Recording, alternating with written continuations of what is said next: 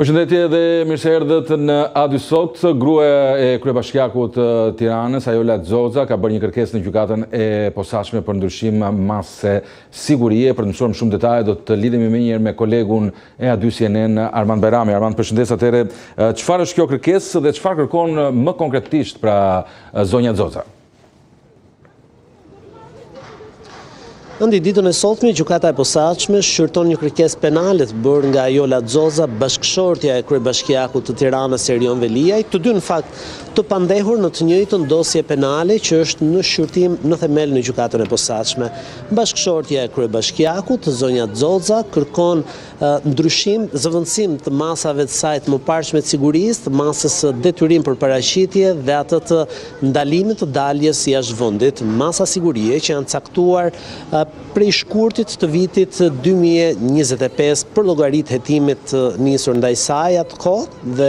kryebashkiakut, çështje për cilën aktualisht janë të dy të pandehur në gjykatën e posaçme. Nga sa kemi mësuar nga gjykata e posaçme, kërkesa që pritet të shqyrtohet ditën e sotme nga treshja gjykuese që shqyrton edhe këtë dosje në themel, pra nga një treshe kryesuar nga gjyqtarja Engjillushe Tahiri, zonja Xoxa e ka argumentuar kërkesën e saj për zëvendësim të masave të sigurisë me arsye me rrethana specifike shëndetësore,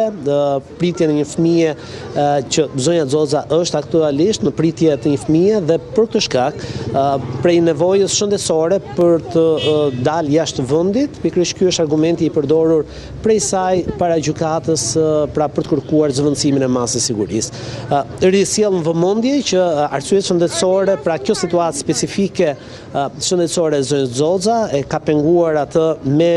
urdhërim të mjekëve edhe për të mos marrë pjesë në seancat e shqyrtimit të dosjes në ngarkim të saj në themel, pasi në të dyja, të paktën në seancën e parë gjyqësore në radhë të procesit të shqyrtimit në themel të dosjes Veliaj Xoxa, po dhe 28 të bashkëpandehurve të tjerë në të njëjtën çështje, ishte avokati i zonjës Xoxa që theksoi para gjykatës se klientja e tij nuk mund të paraqitej pasi kishte qenë një kërkesë e mjekëve për të mos qenë prezente në gjykatë pikërisht për shkak të rrethanave specifike shëndetësore që është duke kaluar. Dhe pikërisht po për këtë arsye, ditën e sotme gjykata do shqyrtoj këtë kërkim të radhës të zonjës Xoxa, e cila kërkon të zëvendësohet dy masat e sigurisë. Armand, le të flasim dhe për procesin në tërësi, pra dosja Veliaj dhe së bashku me 28 të pandehurit e tjerë. Pra në çfarë faze është kjo dosje, pasi është tentuar dy herë për gjykim pra në themel, por dy herë me sa di ka dështuar? Siç e theksova Andi, çështja në ngarkim të kryebashkiakut Erion Veliaj, i cili qëndron në masën e sigurisë arrest në burg prej shkurtit të vitit të shkuar, ndaj bashkëshortes tij që po vuan dy masa më të lehta sigurie, atë të detyrimit për paraqitje dhe ndalimit të daljes jashtë shtetit, por edhe ndaj 28 të bashkëpandehurve të tyre, ndodhet prej disa javësh në gjykatën e posaçme për shqyrtimin në themel të saj. Ishte më herët kjo gjykatë që pas thuajse 7 muajsh vendosi të kalonte për shqyrtim dosjen me 30 pandehur përfshi edhe bashkëshortët Veliaj Xoxa. Janë zhvilluar dy seanca deri më tani të këtij procesi në themel, por dy seanca pa mundur të çelet shqyrtimi gjyqësor, pasi të dyja seancat dy seancat e para pra në radhë të këtij procesi kanë dështuar për shkak të mungesave të pandehurve, të disa prej të pandehurve apo edhe avokatëve të tyre, pra të pandehur të mbetur pa mbrojtës. Rrethan kjo e ligjshme për të shtyrë seancat dhe për të caktuar një datë re. E radhës pritet të zhvillohet në datën 1 prill, ku do të presim të shohim nëse kryebashkiaku Veliaj do të zgjedhë të vit, jetë prezent në sallën e gjyqit apo të përfaqësohet vetëm nga avokat, siç ka ndodhur në dy seancat e mëparshme, por me interes në këtë seancë të tretë në radhë të procesit është edhe fakti nëse kryebashkiaku Veliaj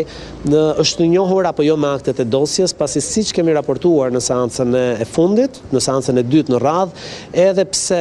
gjykata e posaçme urdhëroi prokurorinë e posaçme SPAK t'i vendosë në dispozicion fizikisht të gjitha aktet e dosjes kryebashkiakut Veliaj dhe në zbatim të këtij vendimi gjyqësor. Një agent i Buros Kombëtare të Hetimit i ka dërguar fizikisht gjithë vëllimin e dosjes, një material shumë voluminoz prej gati 61.000 faqesh në total. Kryebashkiaku Veliaj, nga paraburgimi i Durrësit, ka zgjedhur ka refuzuar pra të marrë në dorëzim aktet e dosjes, nuk ka firmosur proces verbal për marrjen në dorëzim të akteve të dosjes dhe aktualisht edhe dosja, pra gjithë volumi i dosjes, një kopje e saj, 61.000 faqe, ndodhet në të njëjtin ambient me zotin Veliajn, pra në paraburgimin e Durrësit, por e mbyllur, aktet e kësaj dosje të mbyllura në një ambient të IEVP Durrës, aty ku bëheshin në një dhomë ku bëheshin takimet e të paraburgosurve me psikologun. Sipas autoriteteve të burgut të Durrësit, të përcjella shkretësisht drejt gjykatës posaçme, të ruajtura, të sigurta dhe në një ambient ku nuk ka akses asnjë person tjetër, por do të presim tashmë me gjithë kërkimin e bërë në seancën e kaluar nga avokati i Veliajt, i cili pretendoi që SPAK duhet të bënte edhe një inventarizim pra shoqërues për dosjen dhe mandej kryebashkiaku Veliajt të merrte në dispozicion aktet e dosjes. Fakti që gjykata e refuzoi këto kërkesë të avokatit, do duhet presim datën 1 prill për të mësuar në seancën e radhës nëse kryebashkiaku Veliaj i ka marrë në dorëzim aktet e dosjes, i ka studiuar ato, është i gatshëm të vijojë procesin dhe më pas, edhe nëse nuk ka rrethana të tjera që mund të çojnë në dështimin e seancës, për të mësuar nëse do të çelet prap shqyrtimi gjyqësor ndaj Veliajt dhe të bashkëmanderëve në seancën e 1 prillit, apo nëse çelja shqyrtimi gjyqësor do të jetë në një seancë tjetër të mëvonshme. Armando Erami, të falenderoj për të ndërhyrjen në aty sot.